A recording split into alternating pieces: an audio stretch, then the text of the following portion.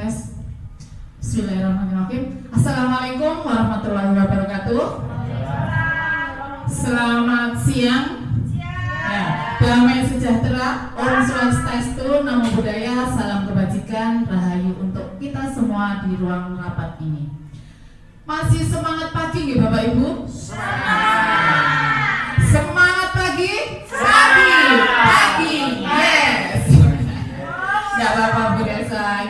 Meskipun siang masih tetap semangat pagi. Ya, saya ucapkan selamat datang di ruang rapat ini. Saya ucapkan terima kasih atas kesediaan waktunya Bapak Ibu guru. Mohon maaf mengganggu aktivitas panjenengan semua. Izinkan kami di sini akan mendiseminasikan budaya positif sebagai tugas modul 1.4. Mudah-mudahan diseminasi pada siang hari ini berjalan lancar dan tidak ada suatu halangan apapun. Sebelum diseminasi kami lanjutkan, mohon kita berdoa agar semuanya berjalan lancar dan tidak ada suatu halangan apapun dan bermanfaat bagi kita semua tentunya, dan khususnya untuk peserta didik SDN Waru Gunung 1. Berdoa menurut agama dan kepercayaan kita masing-masing. Dipersilakan.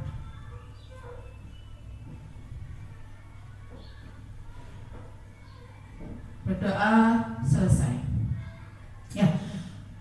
Sebelum saya lanjutkan, agar Bapak Ibu tidak ngantuk, ya. Nah, ini saya punya ulat sama bunga. Siapa yang suka ulat? Siapa yang suka bunga? Bapak Ibu, mohon kalau di sini ada 3 ulat, itu kalau dijumlah 21. Kalau jam dinding, tambah jam dinding sama ulat ada 19. Nah, kemudian yang terakhir, mohon Bapak Ibu mungkin bisa pakai alat tulis atau yang berpikir cepat. Panjenengan bisa berapa hasilnya? Yang paling bawah ulat ditambah bunga ditambah jam dinding. Mohon dihitung, boleh tanpa mikir, boleh mikir. Oke. Silakan. Berapa Bu Santi hasilnya? 19.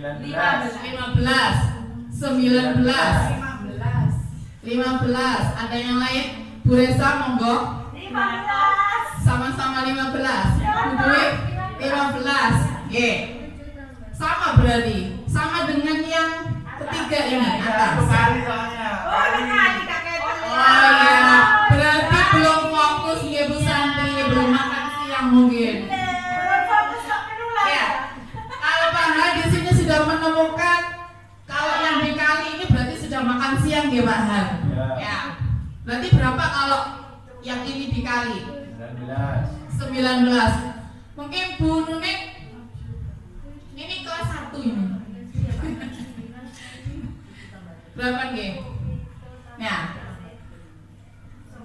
7 Ya. Kita teliti bersama-sama. Kita fokus bersama-sama. Oke. Perhatikan. Untuk yang ulat. Nah, 25. sekarang kita sepakati nilai ulat ini berapa? 7. Y. Berarti satu ulat 7. Y.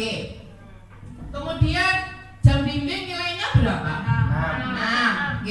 Bunga nilainya 2. Kita perhatikan ulatnya ini tanpa bunga.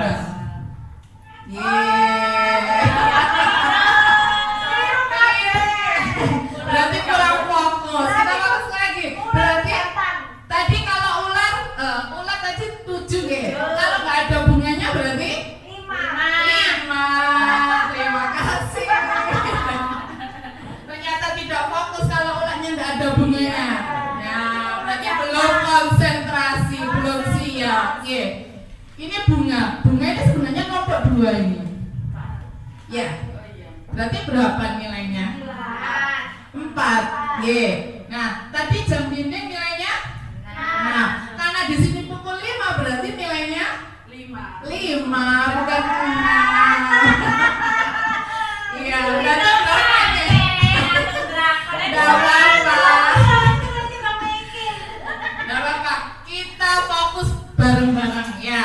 Berarti nilainya ulat 5, 2 bunga 4, jam dirinya 5. Ya, kalau kata Bahar perkalian harus didahulukan ya Bahar. Berarti 4 ditambah dikali berapa? 20. Terus 25 ini kalau ulat. Oke. Ini lihat ekornya ada berapa? 1, 2, 3, 4, 5, 6. Berarti hasilnya 26. Ya, terima kasih. Tepuk tangan untuk kita semua. Pak Eko lagi dari baru. Terima kasih. Oke, lanjut. Itu hanya intermezzo nih Bapak Ibu untuk fokus kita biar nggak ngantuk. Kembali lagi, fokus. Ya, izinkan. Ya, kami menyampaikan modul 1.4 yaitu budaya positif.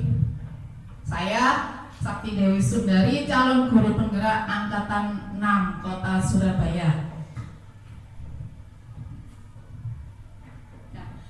Definisi budaya positif. Bapak Ibu mungkin sudah mendengar budaya positif, ya. Budaya positif adalah nilai-nilai, keyakinan-keyakinan dan kebiasaan-kebiasaan di sekolah yang berpihak pada peserta didik agar peserta didik dapat berkembang menjadi pribadi yang kritis, penuh hormat dan bertanggung jawab.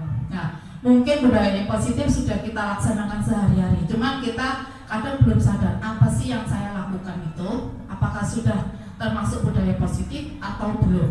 Nah, budaya positif itu dilaksanakan dalam upaya menumbuhkan self-disiplin. Peserta didik adalah menanamkan motivasi intrinsik pada peserta didik untuk menjadi orang yang mereka inginkan dan menghargai diri sendiri dengan nilai-nilai yang mereka percaya. Jadi budaya positif ini akan dilaksanakan oleh peserta didik tanpa paksaan. Okay? Jadi budaya positif ini tumbuh sebagai motivasi intrinsik.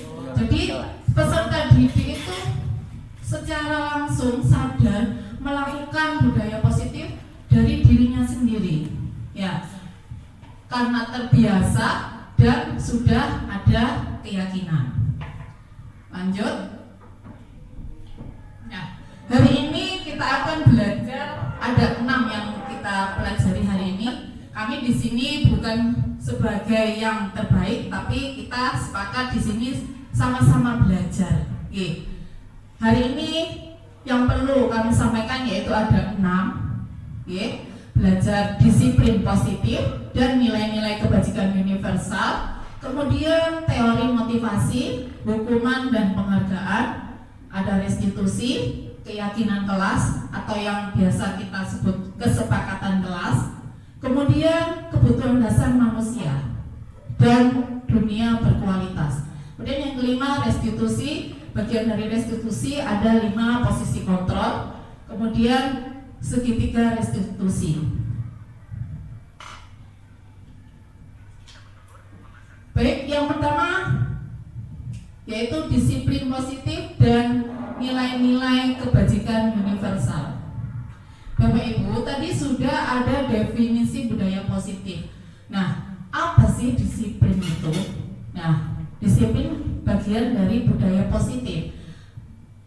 Disiplin di sini berasal dari bahasa Latin yaitu disiplina yang artinya belajar. Jadi belajar itu bagian dari disiplin. Makna asal dari kata ini berkonotasi dengan disiplin diri dari murid-murid Socrates dan Plato.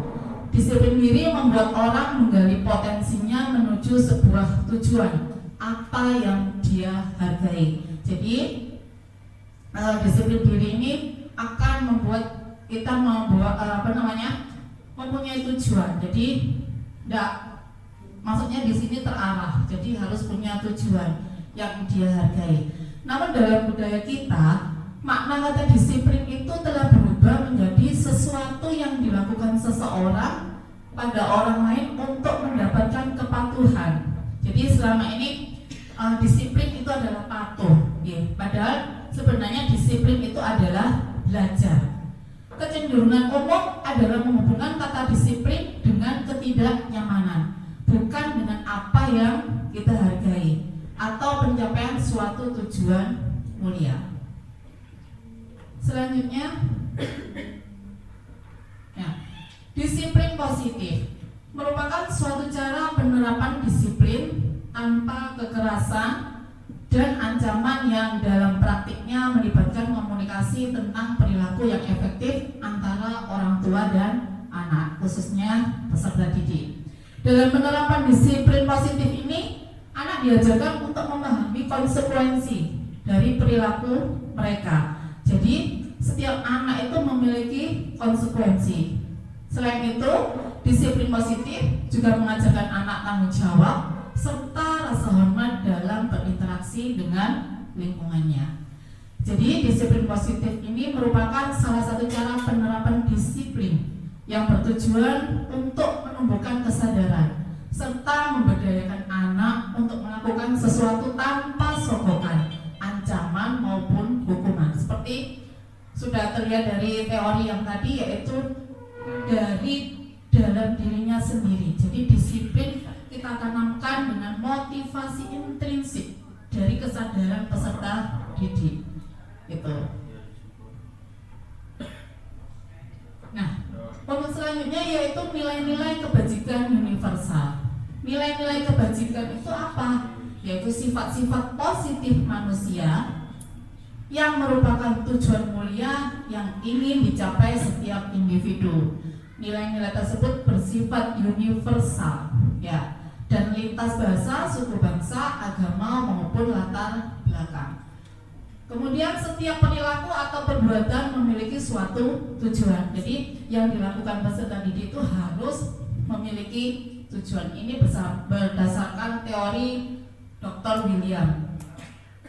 Sehingga kemudian selanjutnya dengan mengaitkan nilai-nilai kebajikan yang diyakini seseorang, maka motivasi intrinsiknya akan terbangun sehingga menggerakkan motivasi dari dalam untuk mendapat atau mencapai tujuan mulia yang diinginkan. Jadi mulai dari motivasi intrinsik kemudian akan mencapai tujuan yang diinginkan.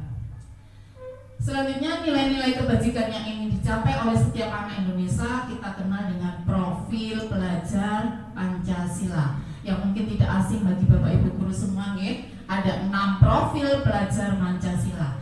Ini terbentuk dari disiplin positif, akan memunculkan nilai-nilai kebajikan universal, yaitu beriman, mandiri, bernalar kritis, berkebinekaan global, kegotong royongan, dan kreatif. Mungkin Bapak Ibu sudah tidak asing lagi dengan 6 profil pelajar Pancasila ini.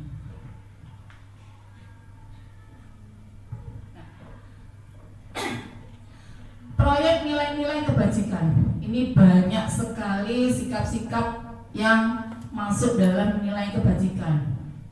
Seperti pada sikap yang ada pada rapot, mungkin ada sikap spiritual maupun sikap sosial. Ada peduli, keterus-terangan, kebersihan, komitmen, dan lain sebagainya. Ini diharapkan muncul dari diri peserta didik, yaitu dari motivasi intrinsik.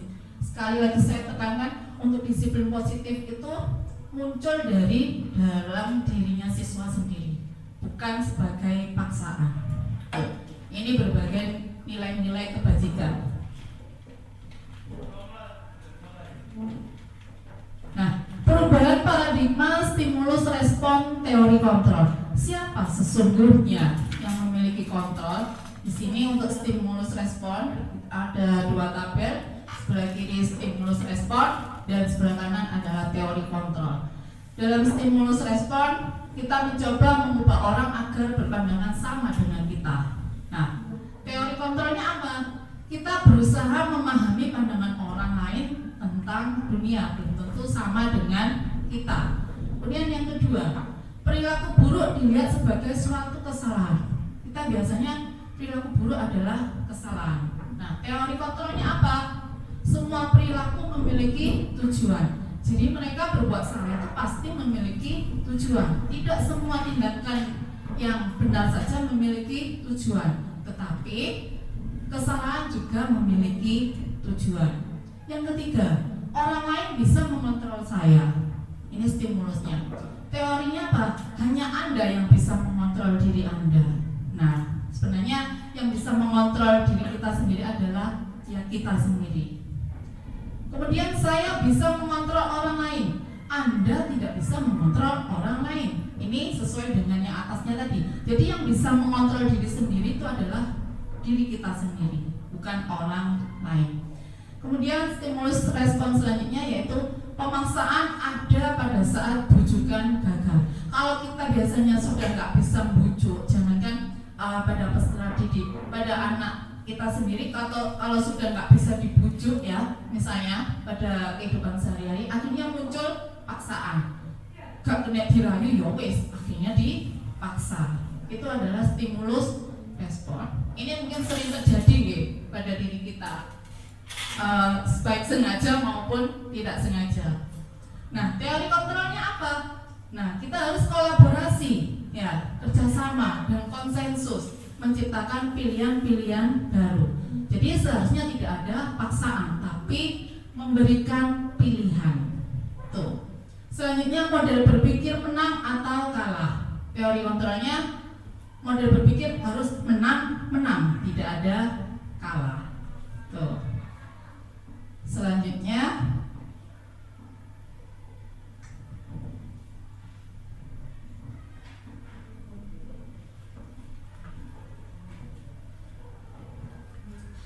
yang kita pelajari hari ini yang kedua yaitu tentang pembelajaran teori, motivasi, hukuman, dan penghargaan dan restitusi. Mungkin Bapak Ibu, apa sih restitusi itu? Ya, nanti kita akan mempelajari lebih lanjut di pembelajaran selanjutnya. Nah, ini yang pertama yaitu teori motivasi perilaku manusia. Ini ada tiga tahapan. Yang pertama, untuk menghindari ketidaknyamanan, atau hukuman, apa yang akan terjadi apabila saya tidak melakukannya? Nah, yaitu untuk mendapatkan imbalan dari orang lain atau institusi, apa yang akan saya dapatkan apabila saya melakukannya. Teori yang ketiga, ini motivasi internal, tujuan disiplin positifnya untuk menghargai diri sendiri. Saya akan menjadi orang yang seperti apabila saya melakukannya. Jadi ada 3 pilihan, motivasi eksternal, kemudian motivasi internal, kemudian tujuannya disiplin positif. Merdeka menurut Ki Hajar Dewantara. Sekarang kita kelas 1 sama 4 sudah melaksanakan kurikulum merdeka. Apa sih arti merdeka menurut Ki HD atau Ki Hajar Dewantara?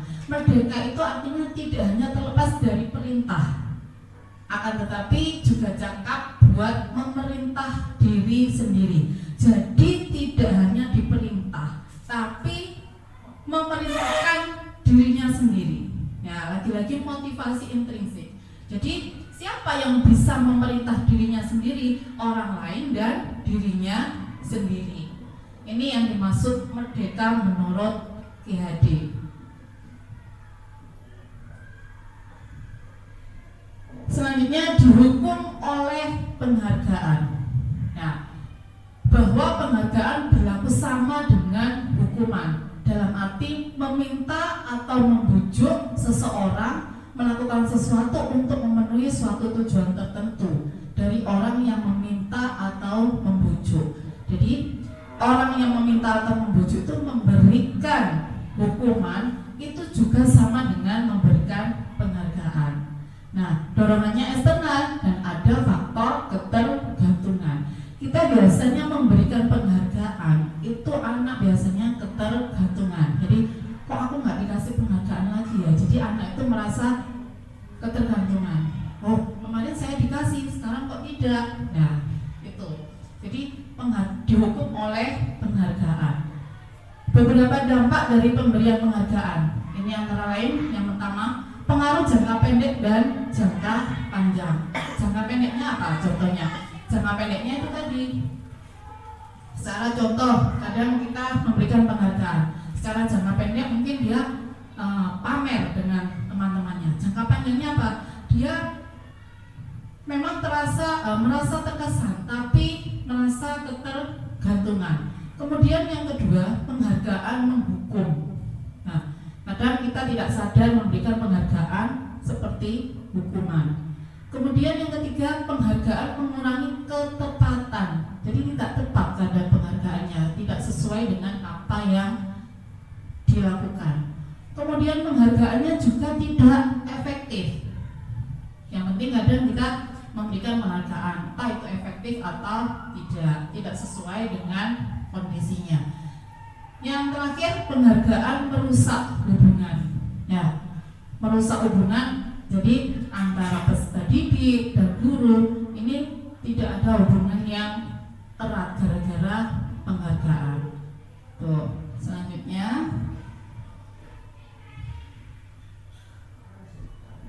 Nah, ini Bapak Ibu, saya mohon, ini mungkin tindakan yang sudah sering kita lakukan atau kita sering melihat mungkin ada di sekolah ini atau di sekolah lain.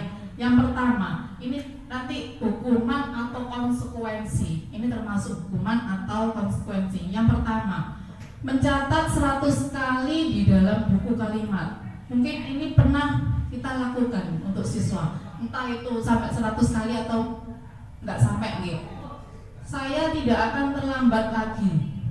Atau mungkin yang lain, saya tidak akan mengganggu teman saya lagi dengan menulis di buku hukuman atau buku konsekuensi karena terlambat ke sekolah. Apakah pernah Bapak Ibu melakukan tindakan yang pertama ini, mencatat 100 kali, menyuruh siswa mencatat 100 kali dengan kalimat apa yang dilakukan yang salah?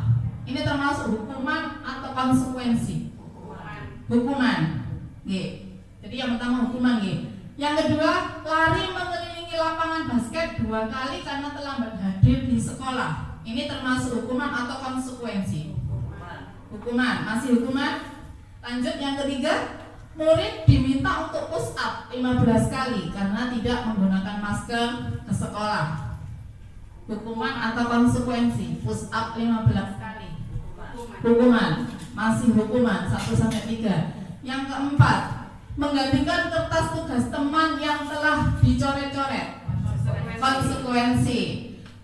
1, 2, 3 hukuman. Keempat, konsekuensi. Yang kelima, membersihkan tumpahan air di meja tulis. Konsekuensi. Selanjutnya, murid disuruh untuk mengenakan sepatu seharian di sekolah. Ini maksudnya sandal, mohon maaf. Tidak mengenakan sandal ya. Murid disuruh untuk tidak mengenakan sepatu seharian di sekolah karena tidak mengenakan sepatu hitam. Nyeker ya. Karena sepatunya salah, jadi harus dilepas. Jadi siswa tersebut tidak pakai sepatu, tidak pakai alas kaki maksudnya. Hukuman. Yang terakhir, lari mengelilingi lapangan basket 2 kali karena terlambat 10 menit untuk pelajaran PJOK. Konsekuensi. Jadi 1, 2, 3 hukuman. 4, 5, 6. Yang 6 hukuman. 4, 5 konsekuensi. 6, 7 masih hukuman. Yang kucingnya terakhir konsekuensi.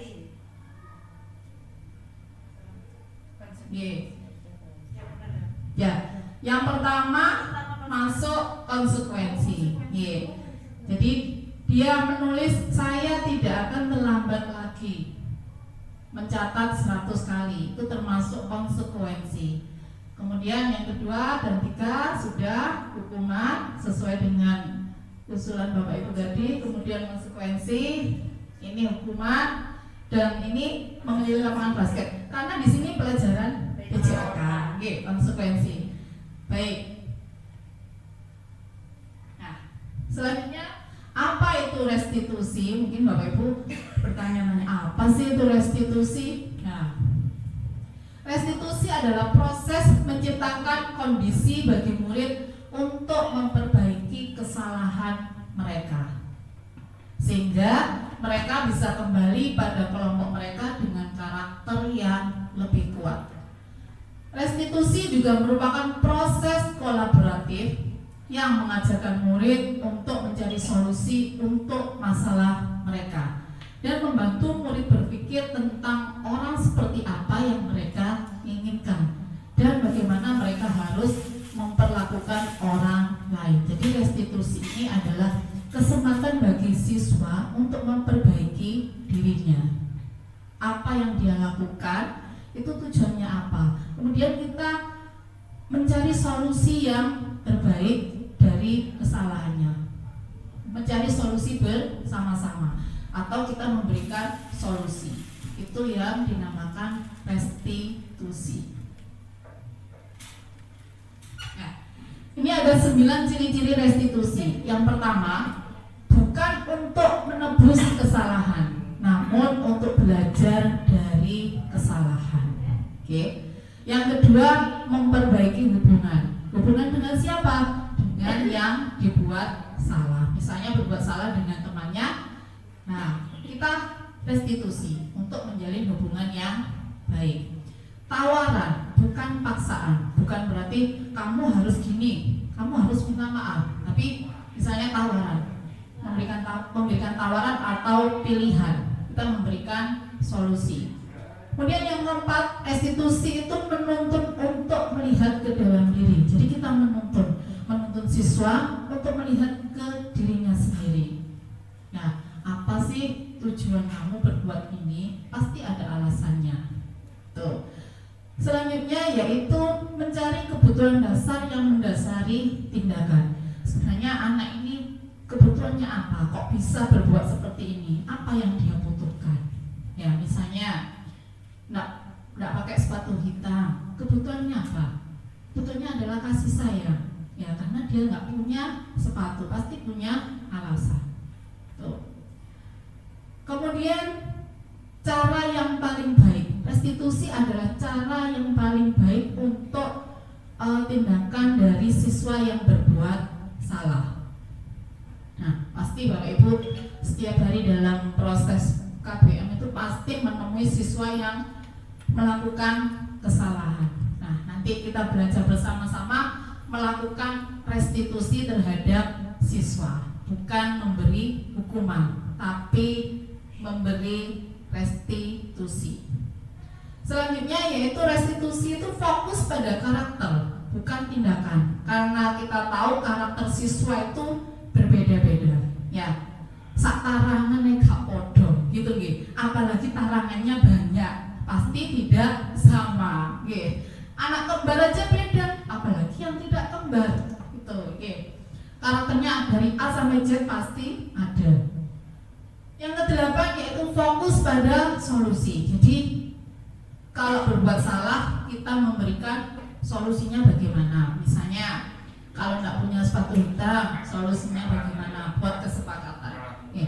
Nanti saya tunjukkan, bukan nanti saya tunjukkan ya. Saya juga belajar kemarin memberikan restitusi pada siswa saya yang berbuat kesalahan. Nanti saya tunjukkan. Yang terakhir, restitusi itu mengembalikan murid yang berbuat salah pada kelompoknya. Jadi tetap pada haknya, meskipun dia salah, jadi kita kembalikan pada kelompoknya. Ini adalah ciri-ciri restitusi. Selanjutnya yaitu keyakinan kelas. Jadi Bapak Ibu sudah belajar restitusi, teori motivasi, kemudian budaya positif. Selanjutnya yaitu yang ketiga, masih ketiga nih Bapak Ibu. Tadi ada 6 yang kita pelajari hari ini, masih ketiga, keyakinan kelas. Ya, definisinya keyakinan adalah nilai-nilai kebajikan, prinsip-prinsip universal yang disepakati bersama secara universal, lepas dari latar belakang suku, negara, bahasa maupun agama. Keyakinan akan lebih memotivasi seseorang dari dalam atau memotivasi secara intrinsik.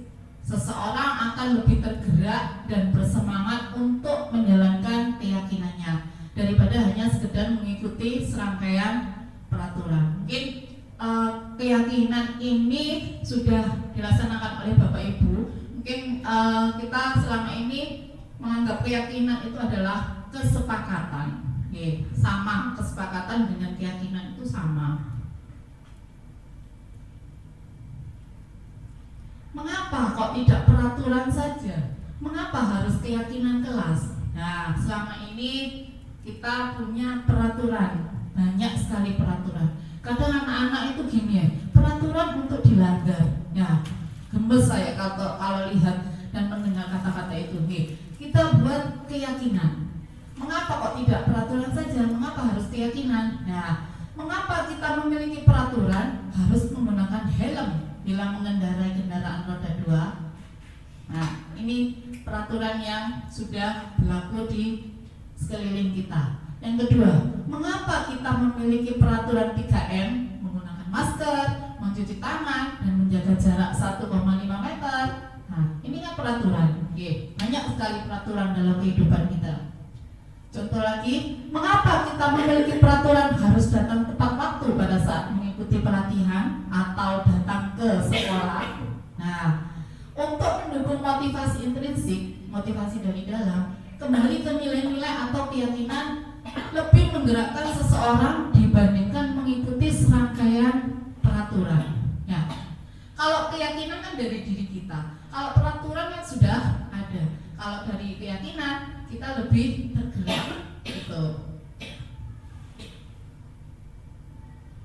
Nah, dari peraturan kelas itu yang sudah kita buat, mungkin sudah dibuat oleh Bapak Ibu guru, kita buat keyakinan kelas. Ya, kemudian terbentuklah lingkungan yang positif. Dari lingkungan yang positif itu akan tercipta budaya positif. Oke, bismillah. Semuanya itu berawal dari niat. Kemudian alhamdulillah kalau terlaksana. Ini ada proyek nilai-nilai kebajikan. Sama dengan tadi banyak sekali sikap-sikap nilai kebajikan universal, banyak sekali. Saya lanjut saja.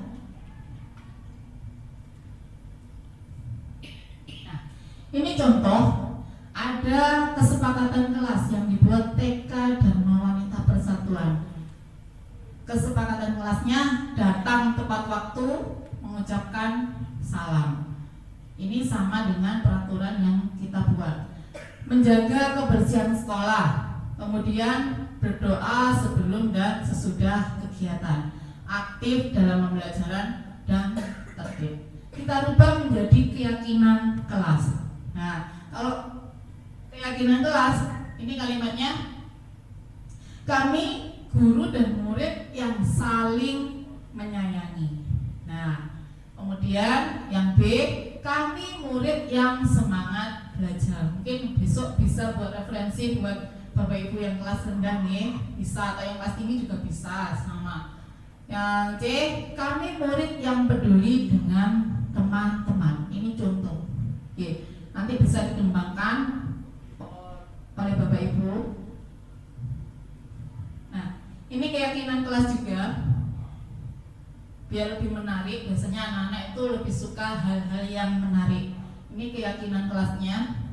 Tunjukkan rasa menghargai temanmu dan gurumu. Ini mungkin susah nih kalau diterapkan. Tapi kalau kita buat keyakinan kelas, insya Allah nanti belajar sedikit demi sedikit. Yang kedua, kerjakan sesuatu dengan baik dan hormati pekerjaan temanmu. Yang ketiga, selalu perhatikan ketika orang lain berbicara. Ini yang sering kita jumpai pada anak-anak. Kalau ada temannya maju presentasi, atau jangankan temannya yang maju, kadang kita waktu berbicara, ngasih pengumuman atau memberikan materi itu aja anak-anak biasanya tidak memperhatikan orang lain nanti kita buat keyakinan kelas, kita harus selalu memperhatikan orang lain ketika berbicara. Dari hal-hal yang sepele itu kita biasakan, meskipun remeh tapi susah karena sudah terbiasa. Kemudian keyakinan kelas selanjutnya, selalu bersihkan tempat di mana kamu berada dan beraktivitas, atau buanglah sampah pada tempatnya. Ini yang memang susah harus mulai dari kesadaran dirinya sendiri. Kemudian hargai barang-barang kepunyaannya milik orang lain dan milik bersama. Nah, kadang kita lihat murid kita itu pinjem ngambil punyanya temannya, ndak bilang pinjam tapi ndak izin. Ya, itu barang-barang kepunyaan temannya kemudian dirusak. Kadang juga ada siswa merusak tanaman. Jadi buat keyakinan, hargai barang kepunyaan milik orang lain dan milik bersama. Miliknya orang lain itu siapa? Misalnya alat tulisnya temannya. Nah, milik bersama itu apa? Contohnya ya tanaman yang ada di sekolah. Tuh.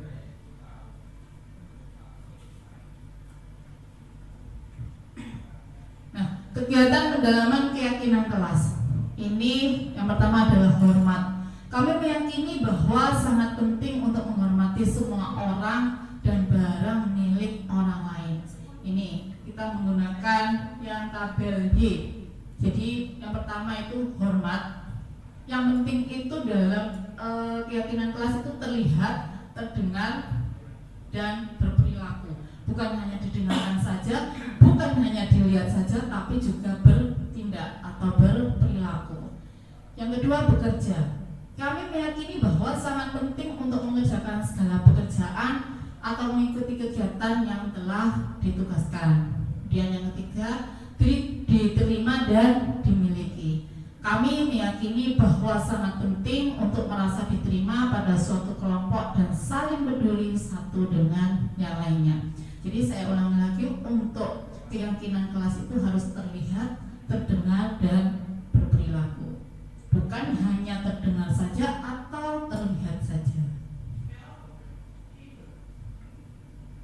Ini perbedaan peraturan dengan keyakinan kelas. Yang pertama, selalu kembalikan buku ke tempatnya. Kita buat peraturan seperti itu. Selalu kembalikan buku ke tempatnya. Kita rubah mindsetnya. Kita rubah keyakinan kelasnya dalam artian tanggung jawab. Tanggung jawab itu kan secara global. Jadi tidak hanya mengembalikan buku ke tempatnya, termasuk membuang sampah ke tempatnya, itu juga tanggung jawab.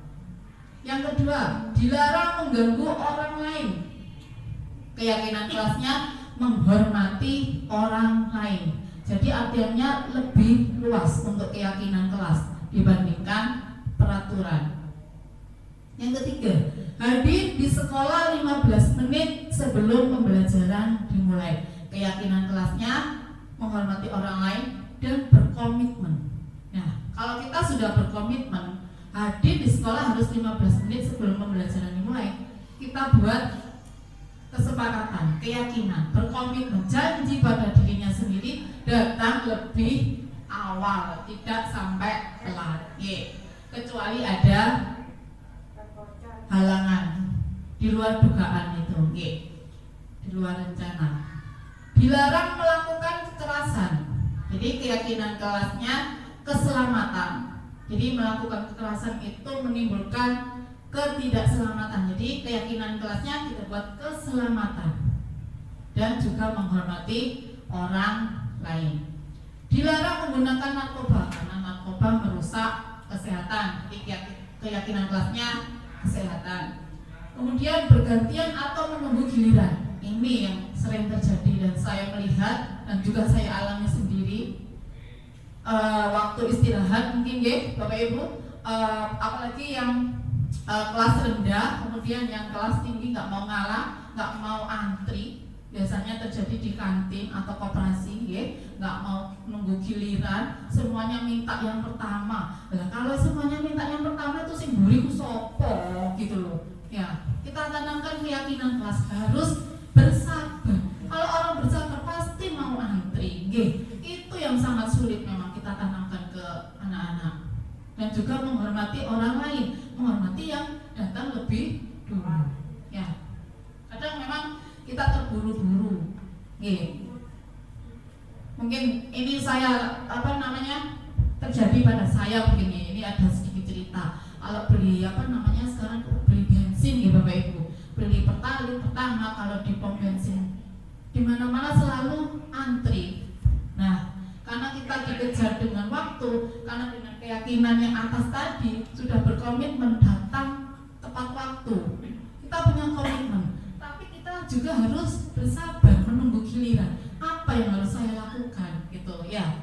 Akhirnya gimana? Pasti ada solusinya, nggak harus beli di pom bensin, beli ngecer meskipun harganya lebih mahal karena kita sudah berkomitmen. Ini mulai dari diri kita sendiri ya. Jadi kita tanamkan ke anak-anak juga. Meskipun sudah komitmen, kadang anak-anak bus mau masuk. Nah, dia memang punya komitmen masuk tepat waktu, tapi juga harus bersabar nunggu giliran temannya yang datang duluan. Memang susah, tapi nanti kalau sudah terbiasa, insya Allah berjalan. Yang selanjutnya yaitu gunakan masker.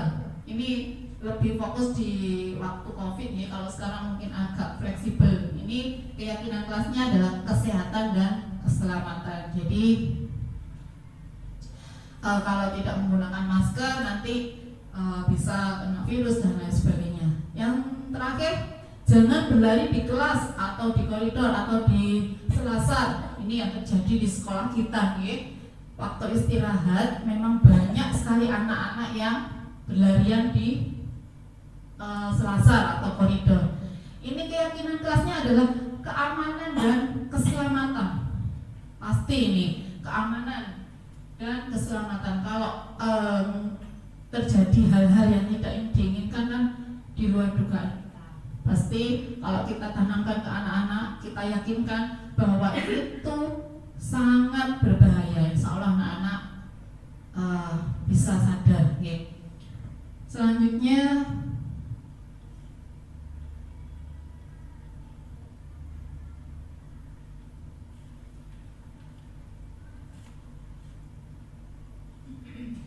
tadi Bapak Ibu dari beberapa kasus tadi sudah menyebutkan antara hukuman dan konsekuensi. Kita perhatikan apa sih perbedaan hukuman dan konsekuensi itu.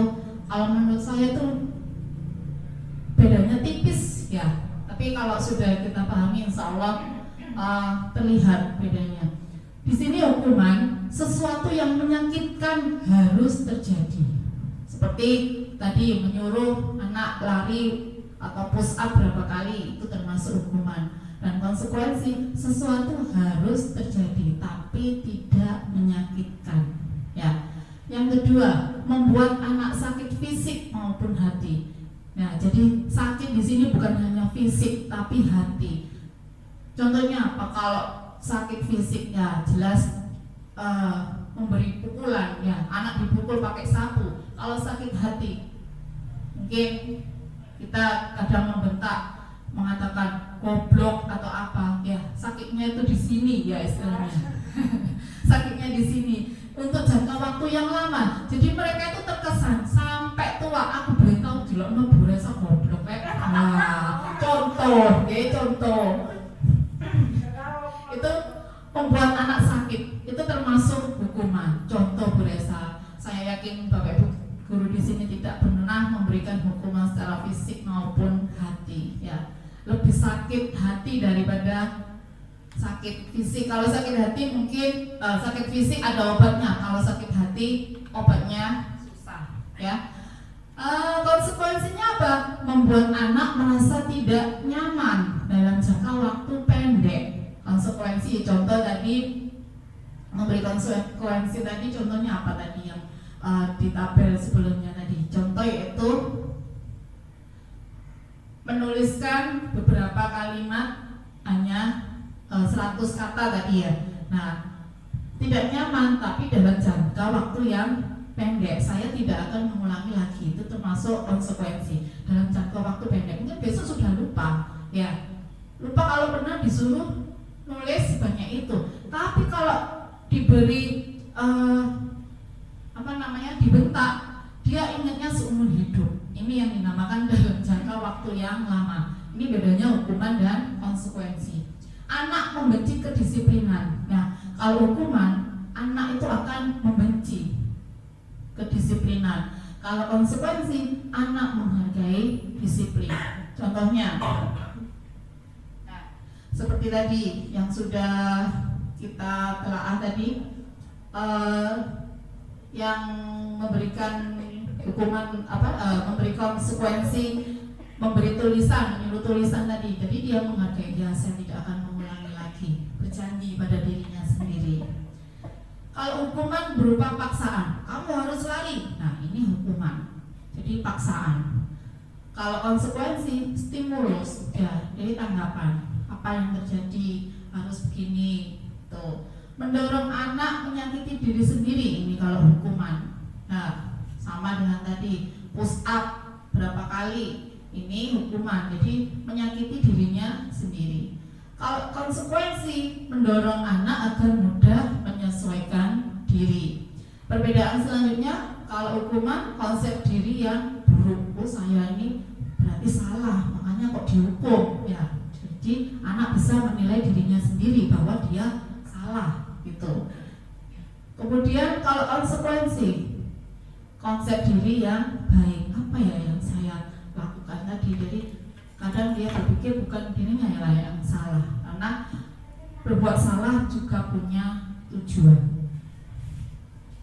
Hukuman, perbedaan selanjutnya, anak belajar untuk menyembunyikan kesalahan. Jadi kadang anak-anak itu berbohong karena dihukum.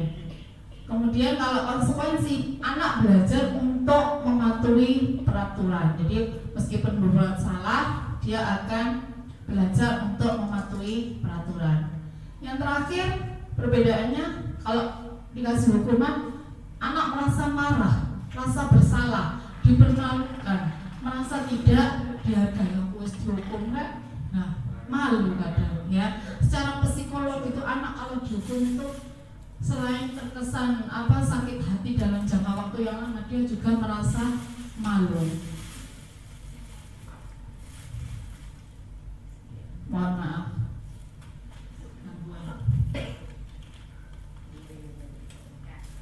Yang terakhir, perbedaan hukuman dan konsekuensi. Kalau konsekuensi, kehilangan hak, dibuat tidak nyaman, diasingkan untuk sementara dalam jangka waktu yang pendek.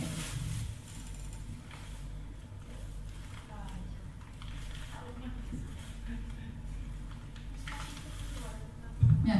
Selanjutnya identitas gagal dan identitas sukses. Ya, kalau hukuman sesuatu yang menyakitkan harus terjadi, tadi sudah, ini negatif, ya. Nah, kalau konsekuensi netral. Kemudian kalau sudah direstitusi, memberikan solusi, akan menimbulkan identitas yang positif. Jadi kalau hukuman itu kesannya negatif, tapi kalau konsekuensi netral. Dan yang terakhir, restitusi. Restitusi berarti memberikan solusi. Ini akan berdampak positif. Yang keempat, kebutuhan dasar manusia. Kebutuhan dasar manusia itu apa? Untuk mempertahankan hidupnya, kita butuh cinta dan kasih sayang. Anak juga pasti membutuhkan cinta dan kasih sayang. Kemudian terutama anak-anak juga butuh kesenangan. Selain cinta dan kasih sayang, kebutuhan manusia itu adalah butuh kesenangan. Kadang kita kalau stres, ya butuh healing, ya butuh kesenangan. Kesenangan orang itu berbeda-beda. Nah, kadang saya melihat istilah bahagia itu kita yang buat, ya. Bahagianya A dan B berbeda, ya. Kemudian kebebasan. Selain kesenangan, kita juga butuh kebebasan. Bahar, kenapa? Ada yang sama biasanya. Ya. Kalau gajian. Oh, kadang senang Pak kalau menerima penuh. Kalau yang enggak menerima penuh itu malah enggak senang. kebutuhan penguasaan. Ya, jadi keempat kebutuhan dasar manusia ini sangat kita perlukan untuk bertahan hidup. Ini ada sebuah kasus nih, Pak Zulfikar, kepala sekolah yang baru ditugaskan di SMP Bina Generasi Muda.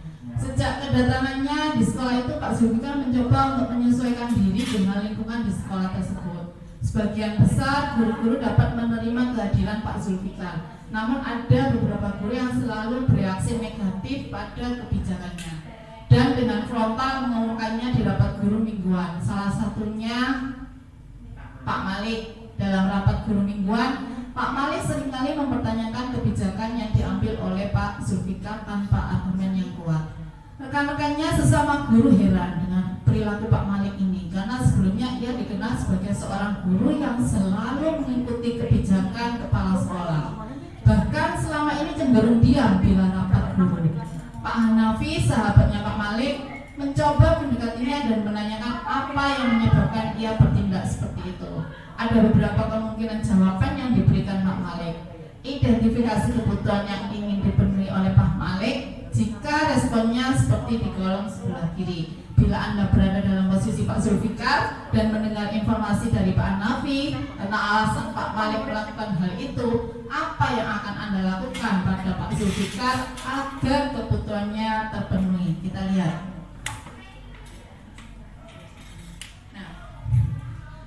Jawabannya Pak Malik gini, iseng aja sih aku sebenarnya. Aku senang lihat kapsek baru itu kebingungan kalau kutanya-tanya di rapat. Apakah ini terjadi pada kita? Enggak, nggih?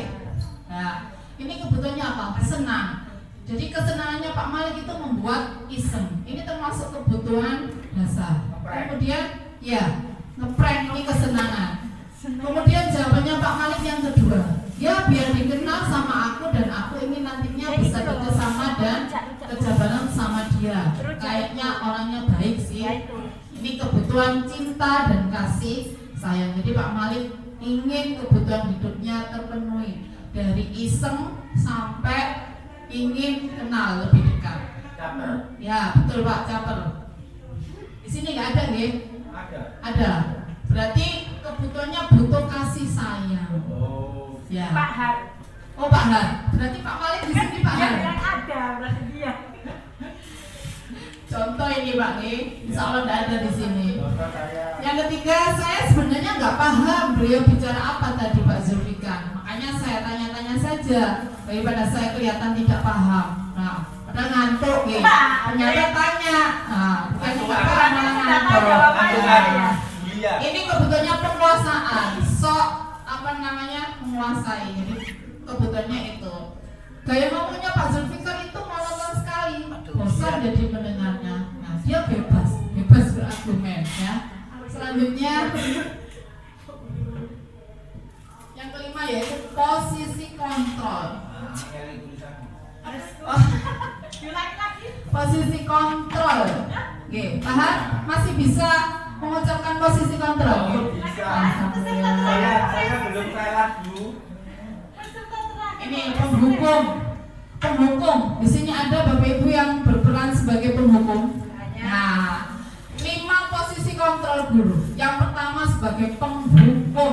Oke, siapa yang biasanya jadi penghukum? Saya Ya. belum. Oke, siapa penghukum itu? Seorang penghukum bisa menggunakan hukuman fisik maupun verbal. Orang-orang yang menjalankan posisi penghukum senantiasa mengatakan bahwa sekolah melakukan sistem atau alat yang dapat lebih menekan murid-murid lebih dalam lagi. Guru-guru yang menerapkan posisi penghukum biasanya berkata gini, patuhi aturan saya atau awas. Nah, biasanya Bapak Ibu guru yang berkata awas noni kakak, awas noni. Nah, itu berarti posisi pimpinan adalah sebagai posisi penghukum. Oke, ini posisi kontrol yang pertama sebagai penghukum, awas. Nah, enting muridnya itu sebagai penghukum. Nah, kamu selalu saja salah. Nah, ini kadang kita nggak sadar ya kalau berkata seperti itu. Kayak efek. Pasti waktu pancet tay. Nah, Kamu selalu rasa. nah itu adalah sebagai penghukum. Nah, pasti selalu yang terakhir selesai. Mesti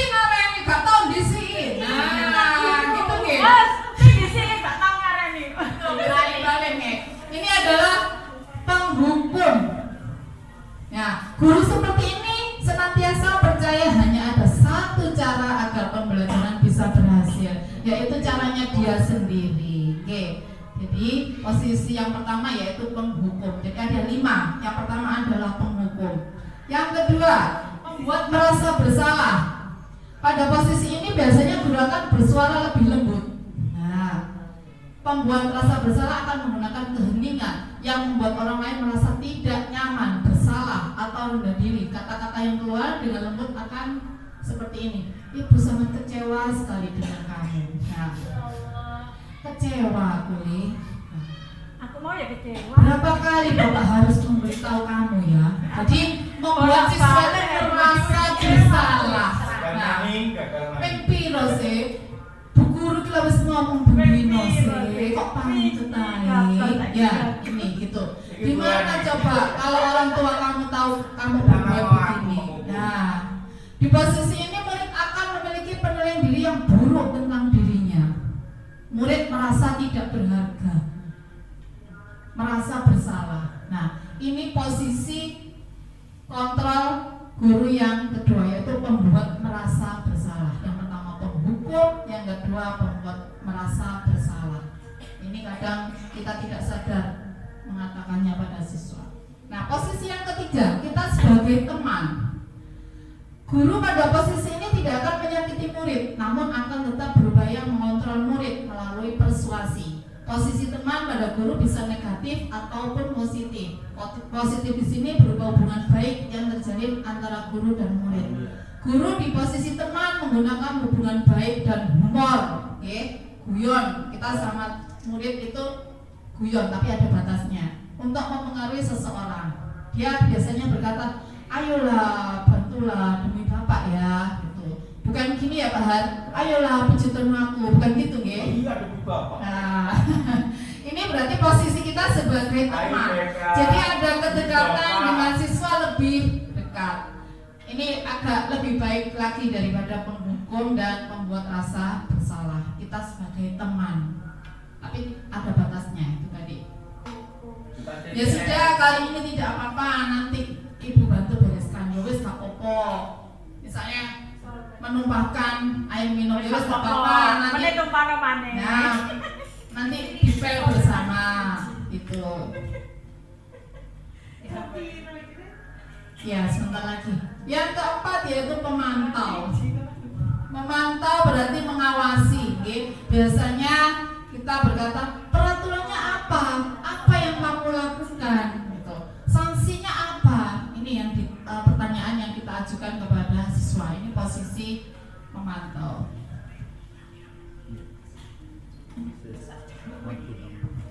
Yang terakhir yaitu manajer. Manajer ini adalah posisi yang paling baik dari 5 posisi kontrol kita sebagai guru. Ya, posisi di mana guru berbuat sesuatu bersama dengan murid, mempersilakan murid mempertanggungjawabkan perilakunya, mendukung murid agar dapat menemukan solusi atas permasalahannya sendiri. Seorang manajer telah memiliki keterampilan di posisi teman maupun pemantau. Oke. Jadi 5 posisi kontrol, mulai dari penghukum, membuat rasa bersalah sebagai teman, dan manajer. Ini yang paling baik adalah sebagai manajer. Biasanya kalau manajer ini, apakah kamu meyakininya? Masih ingatkah keyakinan kelas yang kita buat? Nah, itu tidak membuat siswa merasa bersalah. Ini biasanya perkataan yang kita sampaikan kepada murid biasanya seperti yang di contoh tadi. Ini contoh tabelnya, mulai dari penghukum, membuat rasa bersalah, teman, pemantau, dan manajer. Ini identitasnya.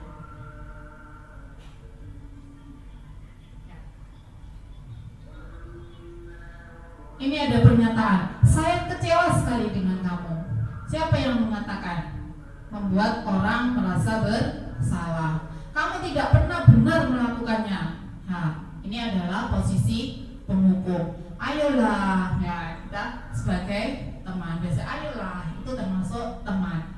Apakah kamu mau mendapatkan stiker bintang hari ini? Nah, ini sebagai memantau. Kemudian bagaimana kamu bisa menyelesaikan masalah ini. Jadi mencari solusi. Posisi kita sebagai manajer. Kamu selalu yang paling terakhir. Posisi kita sebagai penghukum.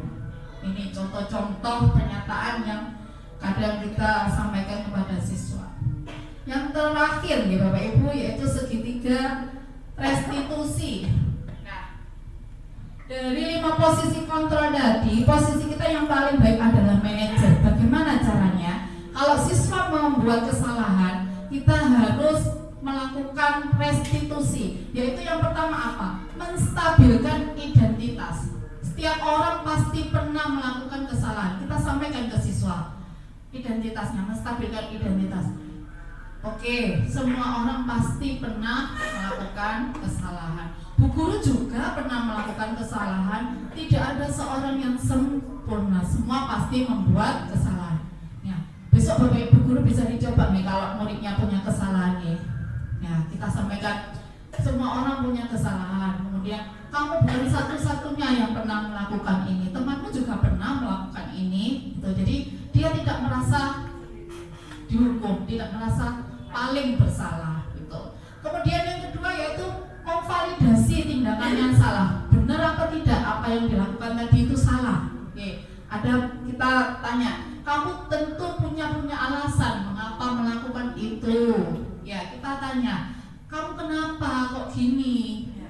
Bukan langsung memarahi, kamu kok mesti terakhir. Nah, bukan ya, tapi kita tanya, kamu kenapa kok nulisnya terakhir? Gitu. Pusing nggak apa gitu, oke?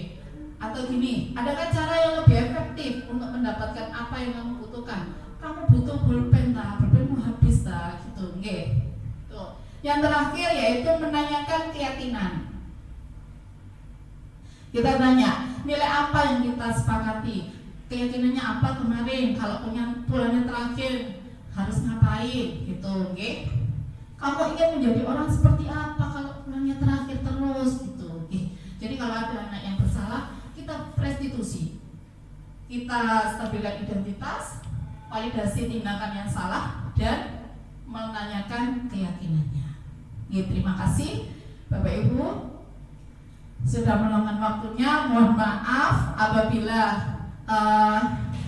mengganggu waktunya, dan saya mohon maaf apabila ada kesalahan, dan mungkin Bapak Ibu ini lo salah nanti kita sharing. Mohon diingatkan lagi, okay? Terima kasih atas waktunya. Selamat siang. Saya akhiri. Wassalamualaikum warahmatullahi wabarakatuh. Assalamualaikum warahmatullahi wabarakatuh. Saya Pak Hartarto, SPD MSI, Kepala Sekolah SD Warugunung 1. Di sekolah saya ada guru penggerak, dan saya sangat mendukung kiprah guru penggerak di sekolah Warugunung karena keberadaan mereka sangat betul-betul bermanfaat bagi kelangsungan proses pembelajaran yang ada di SD Warugunung. Dan guru penggerak yang ada di SD Warugunung juga sering memberikan diseminasi kepada teman-temannya, dan juga melakukan proses belajar mengajar yang cukup menarik pada siswa, sehingga anak-anak sangat betah dan senang sekali dengan sistem pembelajaran dari guru penggerak. Mudah-mudahan guru penggerak menjadikan inspirasi anak-anak untuk terus belajar dan belajar agar mereka menjadi generasi bangsa yang luar biasa hebatnya. Demikian yang dapat kami sampaikan. Assalamualaikum warahmatullahi wabarakatuh.